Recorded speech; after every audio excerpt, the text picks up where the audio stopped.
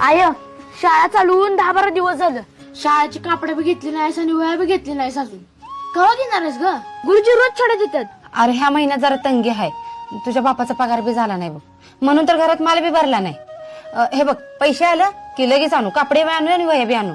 मागच्या वर्षीची ती काय पाणी एकत्र करून वही शिवली होतीस ना, त्यातली की अर्ध करून तवर. हा, मुला हाय तशा परिस्थितीत दिवस काढायचं नाही म्हणून त्याच्यासाठी रडत बसायचं नाही. अगं आया, त्या शुभाच्या बापानं त्याला कापडं घेतली, वया घेतल्या, रेनॉटचा पेन बी घेतलाय. आपल्या आप्पाकडे कायम पैसेच नसतात. इजा, असं दुसऱ्याची बराबरी करायला जाऊ नकोस. हा, मग हाय का नाही त्यात बी सुख वाटत नाही बघ मग. आणि तुझ्या बापाची बराबरी तर कुणा संगच करू नकोस. अगं आप्पा कवाच करत नसतात. कधी सुद्धा माझ्या संग प्रेमानं बोलत नाहीत. आणि त्यांच्या संग बोलावं म्हटलं तर माझ्या अंगावर काटा येते. मला तर वाटतंय त्यांचं आपल्यावर प्रेमच नाही बघा. इजा, तुला ती घड्याळ दिसते का? त्या घड्याळातलं काटा असतात का नाही, त्या काट्यामुळं आपल्याला येळ कळत्या. हा, आयुष्यात पुढे जायचं, कुठं थांबायचं, कुठं काय करायचं, सगळं ते येळमुळं कळतंय. ती काट कवाच थांबत नाहीत.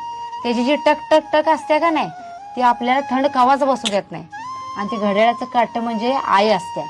हा, पण ती घड्याळ चालवायसाठी त्या घड्याळाच्या मागं शील असते ती का नाही, ती शील कवाच दिसत नाही. त्या घड्याळाच्या मागं असते ती, भीतीला चिकटून असते ती. तसं आपला बाप कामाला चिकटून असते, ते आयुष्यात कवाच दिसत नाही. पण ती शील संपलं तर अख्खं घड्याळ बंद पडतंय. ती शील म्हणजे तुझा बाप आहे. त्यो असला तरी कुणाला दिसत नाही, पण त्यो जेव्हा नसेल का नाही, सगळं अख्खच्या अख्खं घड्याळ बंद पडेल. म्हणजे आपलं आयुष्य बंद पडेल. कळतंय का तुला? आया, तू कधी शाळेत गेली नाहीस, पण प्रत्येक वेळेला मला एवढं शिकवतेस. त्यामुळे मी नात्यांच्या बाबतीत कवाच चुकणार नाही बघ. आणि आयुष्यात चुकून मी मागं पडणार नाही.